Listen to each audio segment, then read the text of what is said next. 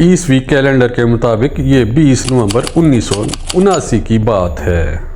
اسلامی کیلنڈر کے لحاظ سے یہ 14ویں صدی ہجری کی پہلی صبح تھی۔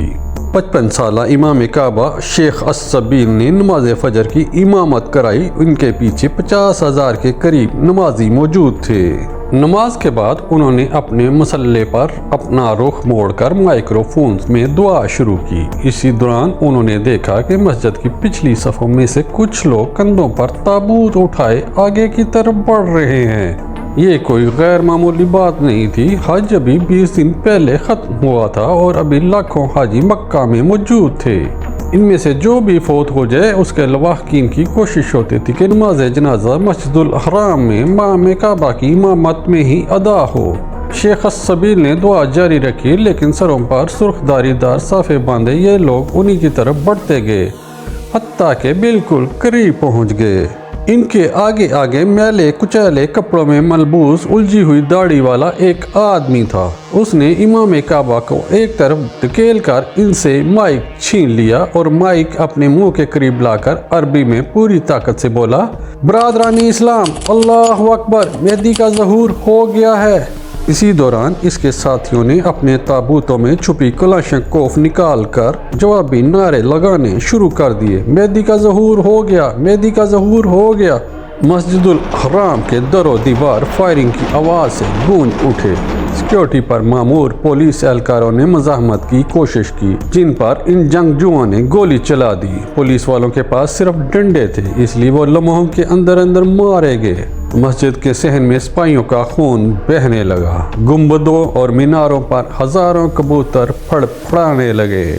باغیوں کی تعداد 400 کے قریب تھی۔ ان میں عورتیں اور بچے بھی شامل تھے، بلکہ کچھ سیاہ فام امریکی مسلمان بھی تھے۔ جنگجو مسجد کے طول و عرض میں پھیل گئے۔ ان میں سے کچھ نے مسجد کے 292 فٹ اونچے میناروں پر چڑھ کر وہاں مشین گنیں نصب کر لیں۔ دوسروں نے مسجد کی دوسری منزل پر کھڑکیوں کے آس پاس پوزیشنیں سنبھال لیں۔ اسی دوران سرغنہ نے نمازیوں کو حکم دیا کہ صحن میں پڑے سینکڑوں قالینوں کو گول طے کر کے دیواروں کے پیچھے لگا دیں، تاکہ باہر سے کوئی زبردستی اندر نہ آ سکے۔ دوسروں کو اسلحے کی نوک پر حکم دیا گیا کہ وہ میناروں پر چڑھ کر نشانچیوں کو پانی، اسلحہ اور دوسرا سامان پہنچائیں۔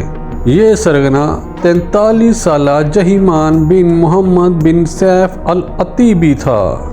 جہیمان 1930 کی دہائی میں نجد کے علاقے میں پیدا ہوا۔ اس نے پرائمری میں ہی اسکول چھوڑ دیا تھا۔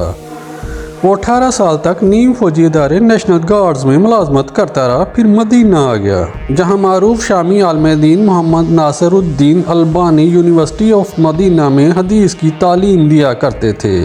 ان کے نظریات سے متاثر ہو کر مدینہ کے نوجوانوں نے الجماعہ السلفیہ المحتسبہ کے نام سے ایک جماعت قائم کر لی۔ مسجد الحرام پر قبضہ کرنے والا یہی گروہ تھا۔ الجماعہ کے نظریات سخت گیر تھے اور یہ اسلام کو اس کی ابتدائی شکل میں بحال کرنا چاہتے تھے۔ ان کا خیال تھا کہ اندھیرے کمرے میں جہاں سورج نظر نہ آئے روزہ افطار کیا جا سکتا ہے۔ یہ ہر طرح کی تصاویر کے خلاف تھے، یہاں تک کہ شناختی کارڈ اور پاسپورٹ بنوانے کو گناہ سمجھتے تھے۔ رفتہ رفتہ حالات یہاں تک پہنچے کہ انہوں نے ملبوسات کی دکانوں میں جا کر مجسمے توڑنا شروع کر دیے۔ ان کا خیال تھا کہ جوتے پہن کر نماز ادا کی جا سکتی ہے، اسی لیے یہ شہر کی مسجدوں میں جوتوں سمیت گھس جاتے تھے۔ مدینہ والوں کو ان باتوں سے تشویش پیدا ہونے لگی۔ 1977 میں مدینہ کے بعض جید علماء نے بیت الاخوان پہنچ کر انہیں قائل کرنے کی کوشش کی۔ بحث کا نتیجہ یہ نکلا کہ کچھ لوگ تو قائل ہو کر الجماعہ کا ساتھ چھوڑ گئے، مگر اکثریت زیادہ کٹر ہو کر جہیمان کے گرد اکٹھی ہو گئی۔ پولیس نے الجماعہ کے خلاف کریک ڈاؤن کر کے جہیمان کو اس کے 100 ساتھیوں سمیت گرفتار کر لیا۔ البتہ مفتی اعظم شیخ ابن باز نے ان سے پوچھ گچھ کے بعد فیصلہ کیا کہ یہ بے ضرر لوگ ہیں، جس کے بعد انہیں چھوڑ دیا گیا۔ جیل میں قیام کے دوران جہیمان کی ملاقات محمد القحطانی سے ہوئی۔ اس ملاقات نے سب کچھ بدل کر رکھ دیا۔ 1978 کے آخر میں جہیمان نے دعویٰ کیا تھا کہ اسے خواب میں بشارت ہوئی ہے کہ مہدی کا ظہور ہو چکا ہے، اور وہ مہدی کوئی اور نہیں بلکہ محمد قحطانی ہے۔ اس نے قحطانی کی بہن سے شادی بھی کر لی تھی۔ جہیمان کے ساتھیوں میں سے کئی ایسے تھے جنہوں نے خانہ کعبہ میں تعلیم پائی تھی، وہ اس کے چپے چپے سے واقف تھے۔ انہیں پوری عمارت کا مکمل طور پر کنٹرول حاصل کرنے میں زیادہ وقت نہیں لگا۔ جہیمان نے میناروں پر نصب نشانچیوں کو حکم دے رکھا تھا کہ تمہیں دور دور تک جو بھی سپاہی نظر آئے اسے بلا تعامل گولی سے اڑا دو، کیونکہ تم اسے نہیں مارو گے تو وہ تمہیں مار ڈالے گا۔ مسجد الحرام میں بہت سے پاکستانی اور بھارتی مسلمان بھی موجود تھے۔ انہوں نے سرگوشیوں میں ایک دوسرے سے پوچھنا شروع کر دیا کہ یہاں کیا ہو رہا ہے۔ ان کی مشکل حل کرنے کے لیے باغیوں نے ایک پاکستانی کو اپنے درمیان شامل کر لیا تھا، جس نے اردو میں چلاک کر کہا، آرام سے بیٹھ جاؤ اور جو کہا جائے اسے سنو۔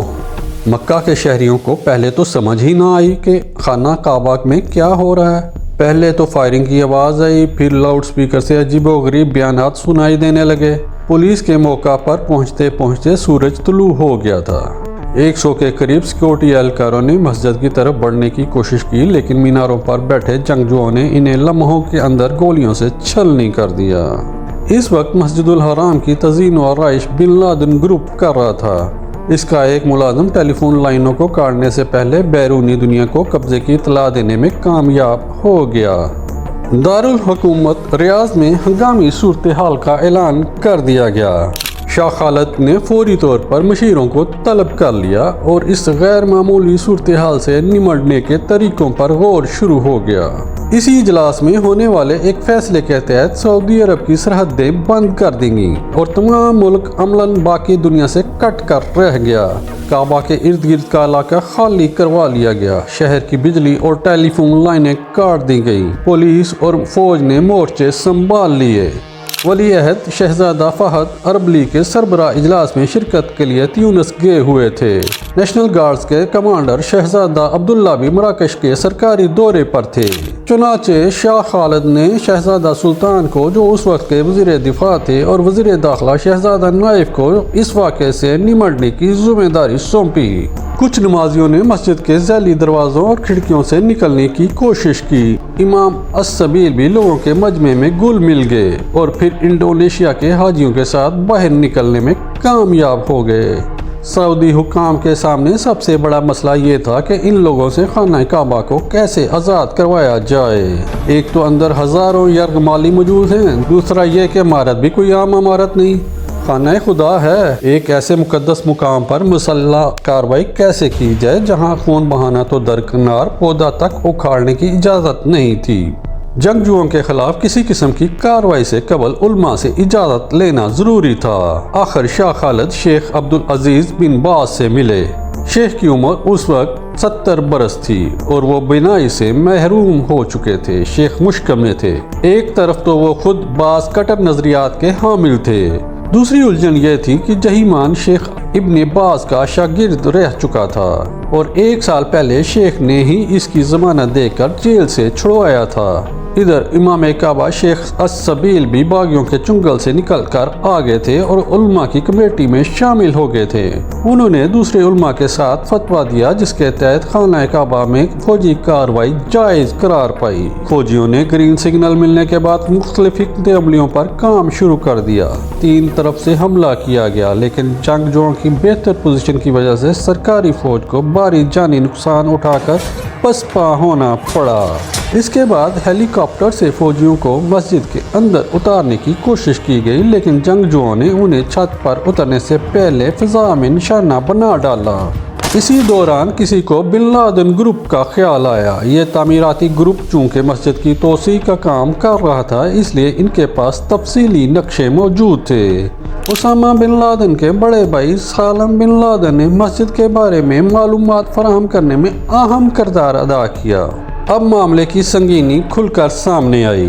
مسجد الحرام کے اندر طویل راہداریوں، دالانوں، صحنوں، تہخانوں اور سرنگوں کا جال بچھا ہوا تھا، اس لیے براہ راست کارروائی سے ہزاروں لوگوں کے جانی نقصان کا اندیشہ تھا اور کامیابی پھر بھی مشکل دکھائی دیتی تھی۔ ادھر جہیمان اور اس کے ساتھیوں کی جانب سے مسجد کے لاؤڈ سپیکروں سے تقریروں کا سلسلہ جاری تھا۔ اب انہوں نے اپنے مطالبات پیش کرنا شروع کر دیے تھے، جو یہ تھے کہ مغربی ملکوں سے رابطے توڑ دیے جائیں،